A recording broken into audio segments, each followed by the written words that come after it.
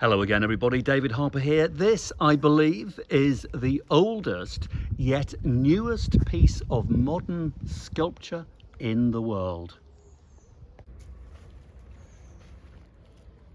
Newest, I know, because I've literally just made this, and I'm going to demake it in a minute to show you how I put it together. But oldest because the stones themselves, these things here, were carved around 700 years ago. They're medieval. Right, go on, take a closer look at those carvings and just try and get your head around this. So yes, certainly medieval, they're corbels. So medieval corbels made to jut out of a wall to hold something, a weight of some sort, maybe a beam, some kind of structure. Dating, I calculate, let me know if you think I'm wrong, if you're an expert in medieval stone carvings, but as far as I can see, 1200 to 1400 AD in date. So yes, the carvings are probably at least 700 years old. Now, as you probably know, King Henry VIII in the 1530s and 1540s disbanded the monasteries. This was the dissolution of the monasteries, putting them and the monks, the friars and the nuns, of course, out of business, out of work. He took the land, the money and their power away from them.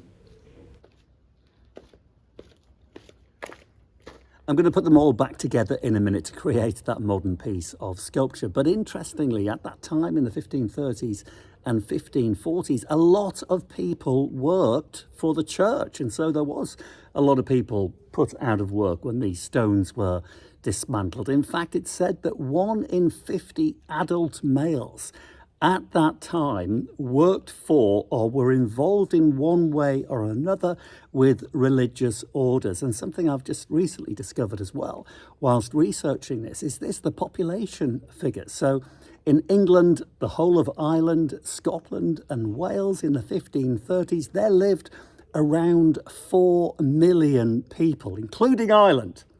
Today, in 2022, it's about 68 million people in the United Kingdom, not including Ireland. That went off in a bit of a tangent, but I thought it was quite interesting.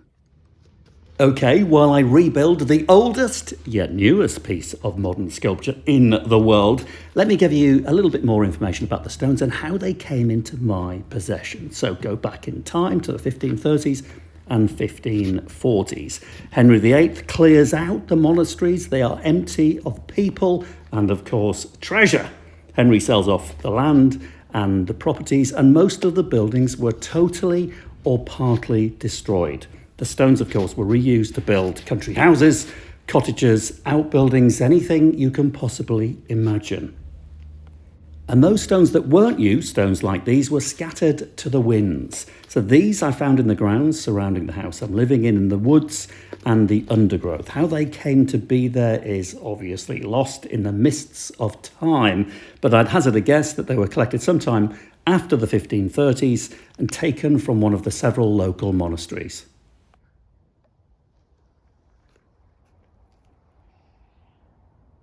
Now, though, after all these centuries, the stones have been given a completely new lease of life in the form of modern art sculpture. And here they will remain in my garden in the sun. After all these centuries locked and hidden away, they'll be admired by all. I just hope that the old nuns and the monks up there looking down approve. What do you think? Thanks for watching. I'm David Harper. Cheerio.